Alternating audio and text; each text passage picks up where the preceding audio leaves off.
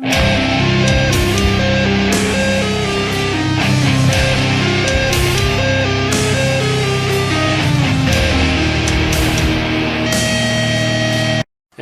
here, and I'm back with some melodic death metal out of Spain called Perpetual Night and their album Anatman.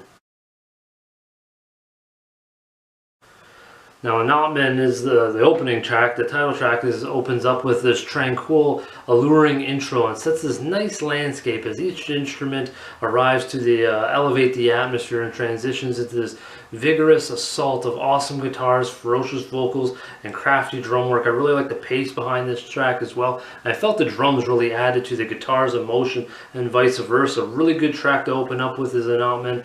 Really good way to captivate the listeners and sort of set the tone for the album, get you figuring out what you're getting into. And then you go into Wild. This shows off Perpetual Night's ability to turn up the velocity but keep a great flow, and the drums do so much to make this song sort of, to take off, yet allow the melodies to thrive, elevate and descend by the way of the tempo. So therefore adding a flavor to the guitar work there when the drums sort of move forward, back, and faster and slower. They just really allow those melodies to almost become separate melodies and have sound differently. So I really like that in Wild. It really gave the song some unique flavor and really kept that hook sort of pumping and going. And then we move on to my must listen to. I absolutely love this track, and I can't wait to have a copy of this album of my own so I can belt this out in my car.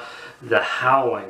This is a sensational gem, absolutely brilliant hook, and that tempo gives it even more of life force. The flow accentuates as well with the serene, calm, and angelic vocals and this gradual ascent of aggression and intensity, all capstoning at a magnificent or a majestic chorus. Especially with this chorus is just so majestic when we get the Beauty and the Beast vocals going, creating this glorious dynamic. The combination of Cesar Ramirez and Raquel Eugenio is just fantastic. The guitar work is absolutely killer on this track, and that's why The Howling is a must listen to, and you got to check that out in the description below, somewhere around the top, just below. But you know where to find it if you've been following me. And then in the next one, I thought the disposition change in Nothing Remains was brilliant and helped set itself apart from the quicker, more thrilling moods of the tracks Wild and The Howling. And I thought that atmosphere really gave a lot of life to this song and really helped it stand out from, like I said, set itself apart. And I really liked how the atmosphere and the guitar melody stood out and conflicted with Cesar Ramirez's vocals, which I think actually helped. Conflicted not in a bad way, but conflicted in a good way, which helped each other pop more. So I really like that about Nothing Remains. It's sort of, you got the songs, the tempo of the album is shifting, and then, or it's speeding up, and then Nothing Remains sort of switches, but it really fits. And I really like sort of the dark atmosphere. And I actually felt like it sort of segued, nicely into the second half of the album, which I felt was a little maybe slower at times and darker at times. So I thought maybe Nothing Remains is a really good track to sort of separate the album into these next few tracks I want to talk about, especially Raindrops. This one felt like a chapter in a novel where the songs sort of, and the stories and the lyrics are the forefront of it, and the music provides some atmosphere and emotional support, letting the scene sort of play out. It's quite dreamy. It has a quite dreamy landscape with its methodical, doomy pace, wispy auras that sort of caress and flow. And I like as the lyrics got darker, the music got more aggressive and angry. It sort of really went hand in hand.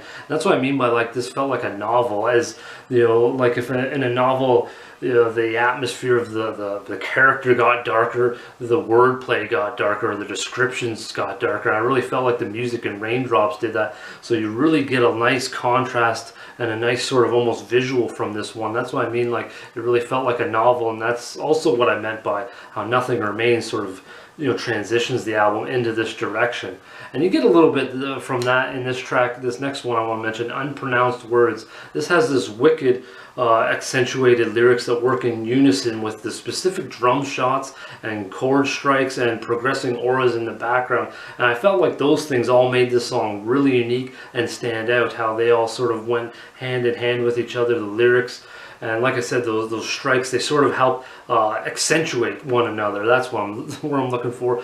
You know, those moments that helped accentuate the lyrics, and I think that's really unique and really, like I said, makes the song stand out on its own. And on top of that, you got great musicianship from this song as well, and a wicked solo. Absolutely love the solo on Unpronounced Words. Probably my favorite guitar work. Well, actually, it's going to be my second favorite guitar work, because the Howling definitely has my favorite guitar work on this album. So I hope you guys check out Perpetual Night. They have a new album coming out June 24th. I really enjoyed this album. I can't wait to get my own copy of that.